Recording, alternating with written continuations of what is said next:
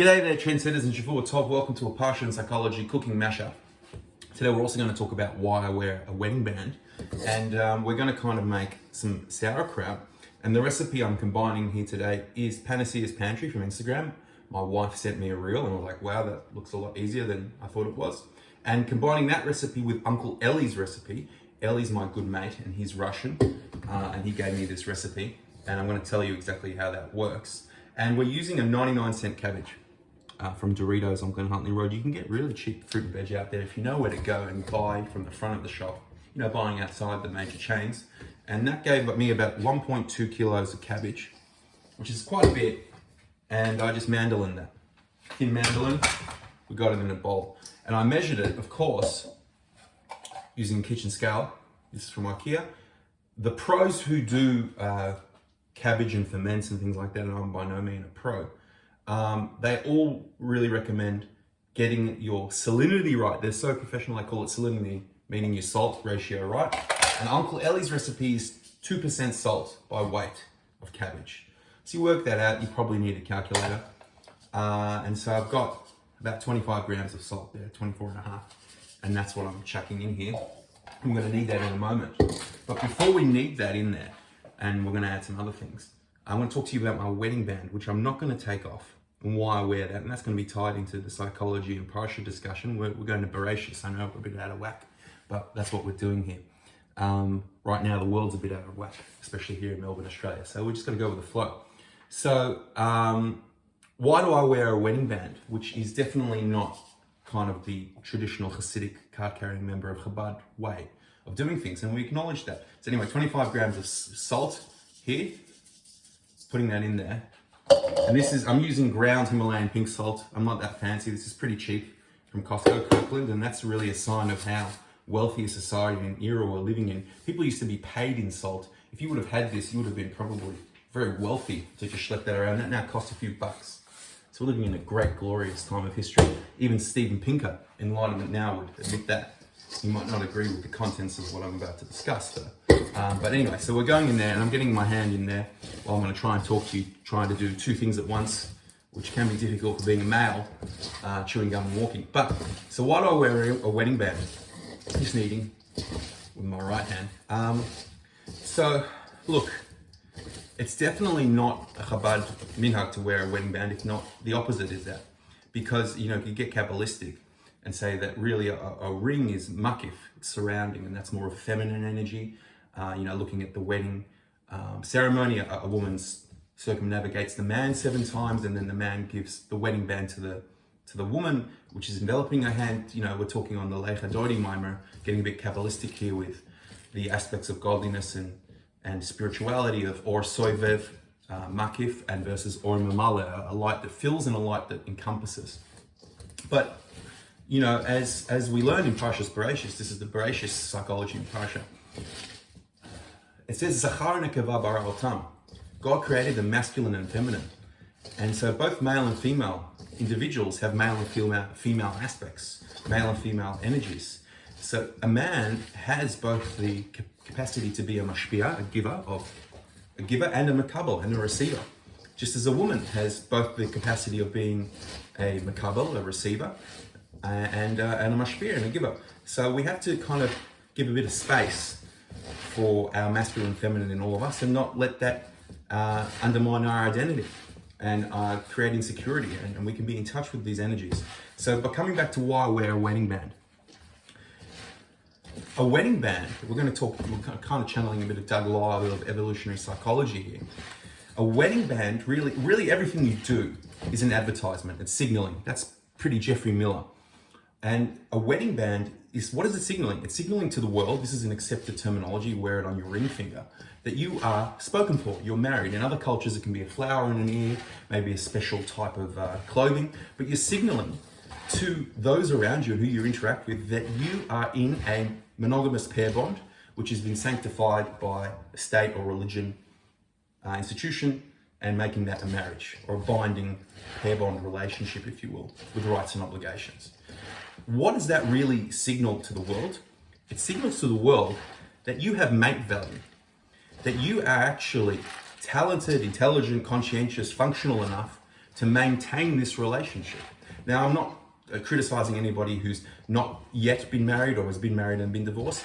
And what I'm just saying is that at the end of the day, if you are maintaining a relationship, it is advertising a certain set of skills that you have the quality to, one, be in the relationship, and two, maintain that relationship. And so me, who interacts with the world in a way that's perhaps outside the 4 cubits of pure kodesh, I'm very much, involved with the general world, being somebody who has clients, both Jewish and non-Jewish, and interacts with clients who are older than me, and they're trying to put trust in me for me to deal with them in a professional capacity. I want to advertise that I am somewhat competent enough to have a relationship, and also a bit older and signal a bit of maturity. So that's why I wear it. Now, I've copped some rebuke in the past for wearing a wedding band. Ironically, it was whilst I was newly married on a honeymoon in Europe, in Venice. My wife and I were having a Shabbos at the Chabad house, and during that Shabbos, here, just showing you there, that's getting good, that's wilted down, and we're getting some juices flowing. And what I'm going to do now, while those juices are flowing, is this is Uncle Ellie's recipe. All we've got right now is salt and cabbage. I'm going to add a bit of sugar, just a little pinch of sugar. That's going to feed the bacteria. Hi Russ, how you going? I'm just doing a video. So, we are feeding the cabbage, and the juices are flowing. A bit of sugar, and it's really reducing in size. So where was I? Oh yeah, why do I wear a ring band? So I got some flack from, it was 10-year reunion or something, maybe 20-year reunion of all these rabbis who got smicha in Venice, Chabad house in Venice. And they were getting really smashed. And a couple of these guys told me off for wearing a wedding band because it's not, pure Chabad. And so there's a couple of things I want to talk about there. First of all, I didn't like that rebuke because it certainly didn't come from a place of love, and there was a great quote by Tzvi Friedman: if you don't love the fellow you're rebuking, you can't rebuke them. It didn't come from a place of love, came from more of a place of inebriation. And, a Terry Real state would come and say it was like a one up, one down thing. They were really, I think, trying to communicate a bit of superiority and to put down. So I didn't really take that rebuke well. But I had a little shtick that I might not wear it when I wear a kapota on Shabbos or Yom Tov. But now I wear it full time because I didn't want to put a stumbling block in front of the blind and create situations where people might rebuke me. But now I still wear it full time, even when I'm wearing kapota. And what I stand by is one that's got a functionality there of communicating kind of competence, if you will, and value to the marketplace. And second of all, I've even found halachic grounds that there's an idea that men wear rings. And here is Shulchan Aruch Harav. Now, my wife has been learning these halachas. This is Hilchas Netilas Yadayim, the laws of washing your hands. So we're in Siman Kuf Samach Aleph, 161, and we're in halacha Zayin. And so I'm going to read you the English. It's right towards the end of that halacha Zayin. Since a man, by contrast, does not usually need dough, he is not required to remove a ring that does not have a stone, right? This is no stone, before washing, even if it is not loosely fitting, because he is never particular about removing it. So right there, Shulchan Aruch Harav, there's an idea of men wearing rings, stoneless rings, bands, if you will, and not removing them for washing hands. So I have a halachic basis for wearing a wedding band. It has a functionality, and that's why I wear it. And my wife likes it that I wear it. It says unspoken for. However, we're going to be really brutally honest with human psychology, evolutionary psychology. For some people, a wedding band can actually be a signal of mate value. And there is such a thing as mate poaching, where people will try and steal your mate. They will try and steal the person you're married to. And that happens very much. So a wedding band can not only be a repellent, but it can be attractant. This person has value. So you've got to be careful of some Machiavellian people out there who might not be dissuaded from approaching somebody just because they're wearing a wedding ring, in fact enticed because they've got value. So here I've got some caraway seed. We're going to sprinkle that in there. And we're getting, the juices are flowing. I just want to come and show you. We're starting to really get the juices. You can see it's taken a good few minutes to get that going. And we got some fine pieces, we got some chunky pieces in there, that's okay. Oh, sorry, I didn't get that angle right. Juices are flowing, let's look at that, look at that. Look at those juices coming out. So there. So that's a bit on the wedding ring. And one final thing on those, young rabbis who rebuked me is, of course, with full respect to human beings, but just because somebody has got smicha, and just because somebody has got, a look of piety on them, doesn't mean they can still have their own insecurities and imperfections and their own parts and their own projections that can filter into their life and the way they interact with the world. And that's why the Baal Shem Tov was very, very careful in rebuking people and saying to be very careful in how we approach people and talk to them, because perhaps the things that we get enraged or perturbed about, perhaps those issues exist in us. Perhaps the issue that we're seeing is actually more of a reflection of what's going on inside of us, and something that we need to work on first. And that's very much what the Tzemach Tzedek said. He said, first rebuke yourself, first do your own inner work, your own inner examination. Then you can rebuke somebody else and give them a lesson on, hey, you're maybe not making sauerkraut right, or to use a euphemism. So that's a pretty important taking I took from that little Shabbos in Venice, if you will. So moving on with this cabbage, I'm gonna still massage it more, but I'm adding one more thing. I'm gonna wash my hand.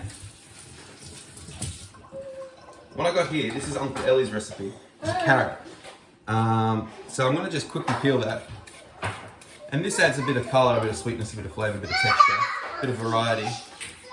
And I'm going to add that in there, so peeling that gently. So that's why I wear a wedding band, and some insights into, there's some definitely grounds to do it, and there's something for you to consider and think. Now, would I be comfortable with my children wearing a wedding band? What I want them to do? I want them to make the happiest decision that makes them happy and their spouse happy and whatever works for them. So that's really what it boiled down to. Whatever suits them. There's clearly, as I've said, halachic grounds for wearing it.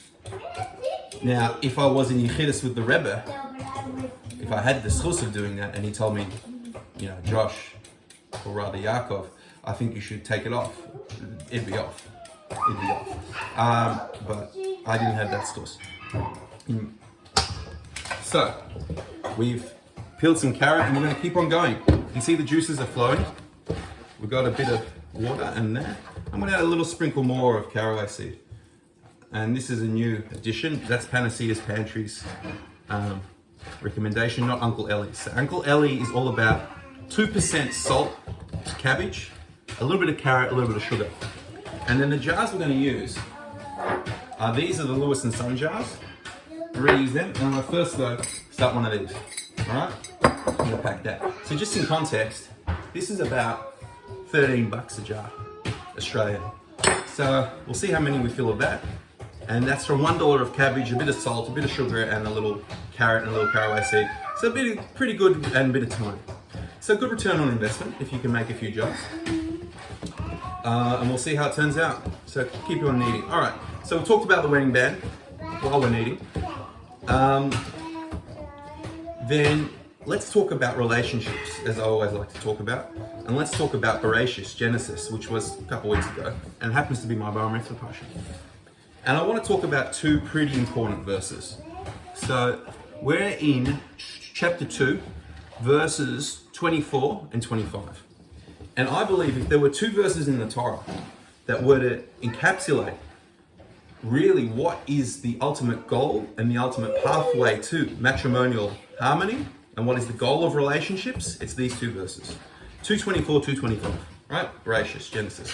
And I'm using here the Gutnik Chumash, which is really a stunning Chumash. And I can't recommend enough people using it and getting it. Because what it does is, you get the Rashi, not translated, but the pure Rashi, but you actually get these great, basically translated sichas of the Rebbe underneath, which discuss various aspects of the Parsha. I'm still kneading this, and this is still going on. I really want to get those juices out. You can see the color coming on. All right, it's really starting to give up its juices. So, this verse, Al Ken Ya'azov Ish Et Aviv Ve'et Imo. It says basically, therefore, a person needs to leave behind their mother and their father, vedavak beishto, and then cleave to their partner, their wife, vayulav sauerkraut, and then they'll become one flesh. This really is the ultimate message of you are the one you've been waiting for. One of the core principles of that book, and this is a book I would recommend to all people, all couples, Richard Schwartz, IFS. The notion in that book is that in order to have a successful and functional relationship, and any chance at such, we really need to be the primary caretaker and caregiver of our own parts. And when it talks about that, we're talking about our vulnerable parts, our wounds. So one aspect of this verse is Al ken yazov ish et aviv veit imo. A party needs to leave behind their parents. And what does that mean? Their mother and father. It means don't look at your spouse to be your mother and your father. Don't look at your spouse to be the primary caretaker of your inner parts, your wounded parts. They need to be the secondary caretaker. Of course, we don't want them to hurt us. We don't want them to burden us. But inevitably, through our own, ignorance and our own imperfections, we're going to hurt our spouses. We're going to hurt our spouses severely. We're going to trigger those parts, those hurt parts, those wounded parts. But if we can come and say, hey, it's not my wife's job, it's not my husband's job or whatever, to be my parents. I've left that behind. I need to be self-led. Myself, my inner pure part. And that inner pure soul that God gave us, and that's in every single one of us, Jew and non-Jew. That self-energy, what Richard Schwartz talks about. That part can take care and nurture of all those wounds that we have, those vulnerable parts, those insecure parts. That's my job first, and my partner's job second. So when she steps on my toes or he steps on my toes and it hurts severely, the role to heal that is first with me. The role to fix that is first with me, my self-energy, and to go there and use that as a trailhead to go and discover where those hurt parts are and heal them. I'm only going to focus on this one aspect because it's a deep one. There's more to that, but other aspects of what does it mean to leave behind your mother and father. And I've talked about that in other videos, and there's more to talk about. But really, the essence of what this verse is saying is we have to be our primary caretakers. Our spouse, our partner, our life partner is our second primary caretaker. And when we've done that, when we've left behind this idea, then we actually leave room for a relationship. Because what we do is we leave room for the other person to not get it right all the time. And we leave room for ourselves not to get it right all the time. And we can fix and we can repair, because a lot of that repair cannot depend on the other person, but rather on ourselves. We need to become our own parents. Then we can actually have a cleaving, a connection, a devik, which means a gluing together. Then we can become one. And this is something I thought I had just the other day. The shorish of davak, to cleave, to come together, to glue together, to become one, actually has the same letters of bodek, to check, to seek out. So what it's saying is that perhaps when things go wrong, when hurt happens in a relationship, that's a time where the devek has been undermined. That's a time to bodek. That's a time to check. So we can use these opportunities when we're hurt or upset or triggered to really check bodek, what's going on inside, and explore. What Richard Schwartz says is it's a trailhead to go, wow, I feel really upset right now. I feel like severely upset. Where's that inner hurt really originating? Because I've been touched on a wound that cuts deep, penetrates so deep. What is the depth of that wound? Where does it originate? And through IFS, we can do that. And we can do that through calmness and curiosity and compassion and love. And I think that's definitely with Chassidus, and this is definitely with the Torah. Kol archas Hashem chesed ve'emes. All the ways of Hashem are kindness, chesed and truth. It's not enough just to have truth. We need to have chesed. We need to have compassion, self-energy. So that is one of the core principles of IFS and the Torah indeed here. That we need to leave behind this idea that our spouse has to be our parent, or provide this primary caretaker role for our inner wounds. Then you can get to the next stage, which is the next pasuk. V'yu shnehem arumim. We can both be naked in front of each other, v'lo yibosheshu, and we won't be embarrassed. We can have a closeness with each other that I understand you've got your wounds and you've maybe shed some light on those wounds. and you understand my wounds, and you maybe shed some light on those wounds, and then we can be naked and expose ourselves and our vulnerabilities, and we're not going to be embarrassed. Because if we're in enough self-energy, if we've got to the level of love your fellow as yourself, kamocha, from your self-energy, we're coming into this week, lech lecha, we're going to our self-energy, we're leaving behind, as Abraham did, all his hang-ups and traumas and issues from his own house, Beit Avicha, and all his culture, to kind of come lecha, to his self-energy. Then we can actually have a go at the most important relationship in our life, which is with our spouse, and that'll filter down into our relationship with our children, our relationship with our friends, our community, our clients, our customers, the whole community and the broader world. So it really starts at home. So that's just some ideas. I hope you've followed along with the kneading of the cabbage and everything, and that's all good. So we've got some really good liquid here, just so for you playing at home, hope you can see that. Yeah, got a good bit of volume there. So we're going to now pack the jars, and it's not rocket science. You want to make sure that whatever's in there, the cabbage, the water covers the cabbage. So I'm just stuffing that in. I'll try and show you the finished product right at the end. Close the hummus. And what you can see is, sorry, yeah, this is what Panacea's little trick. She showed me, I'm kneading that. So I'm just kneading that in, really packing that in. You can see that that's getting the liquid up there to cover. And wow, look at this, 1.2 kilos of cabbage really shrunk down. Now this is why Uncle Ellie, that was half a big white cabbage for 99 cents. Uncle Ellie says that when he makes it, he will make a batch with like a box of cabbages. And he uses some really hardcore knife to cut it up quickly. So 1.2 kilos of cabbage probably made maybe one or two of these. So not a huge amount. Bit of work there with the hands, but it was quite pleasant, quite enjoyable. That is definitely covered, and you can see how that 2% salinity, that 2% salt to weight ratio, although it didn't look like a lot, it was 25 grams of salt, actually went a long way in packing that in. So what I'm going to do now with this jar is cover it. Now this is airtight. I don't have an airlock. A lot of people have airlocks. I used to homebrew many years ago. I can't be bothered getting an airlock. What I'm going to do is just once or twice a day open this up, and it's going to burp. It's going to probably explode a little bit, but that's part of the course. That means there's fermentation going on. And probably with these bubbles, that's already showing the start. Okay, so that's what's going on. I hope that is not so, because I did wash my hands. But that should be good, and we'll get going from there. And that's the end of the session. So you have a shul top. Lech lecha.